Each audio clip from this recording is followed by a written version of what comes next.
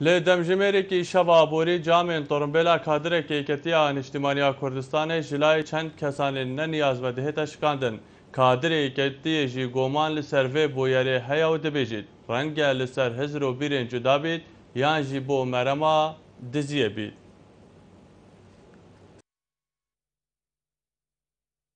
ڕاستی سعد پشتیەکی شەوێ بوو بڕیا جینارت ما ئەس هاتمە ئاگادارکردن هەکە سیارەمە هاتێشکاندن ئەمژێ هاتنە خوارمە تەلیفۆن بۆ پۆلیسا و نەهێشتنە تاوان مکافحی کرد سوپاسی بە هات نەوێ دەرێ هەتا نواژی مت چێ شکات قەید نەکرینە ڕاستی چاوەڕێ بووم جارێ بەرپرسی ماڵبەندێ ستافێ ماڵبەند چه بڕیارێت دن پشتی هەنگێ Ez bînim vî qonaxa nazik û hestiyar jî de gelekê kirêt û naciwana heke karê wisa bêne kirin ser bîrûrayê siyasiyê cida ya li ser bîrûrayê fikriyê cida ya li ser nivîsînê bi dilê berpirsekî nebin ya bi dilê hindek kesan nebin rastî ez bînim şermezariyeke mezin e li bajarekî aram û îmnahî weke dihokê de wisa jiyana xelkê bête têkdan ev tinê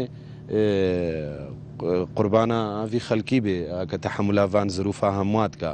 ڕاستی سیارامێ هەکە مەترسی کەت بەسەر ژیانان بدە چنینە بەرامبەری وێ مەترسیە کە ئەف دیاردی دووسە مەترسیە تێخنە سەر کۆمالگە هێ ڕاستی داخوازیامە ئەوەش لایەنت پەیوەندیدار دەستگەهێت ئەمنی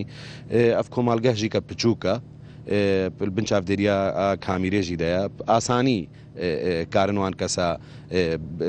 ژێر دەست بکنیال بندستی خۆدە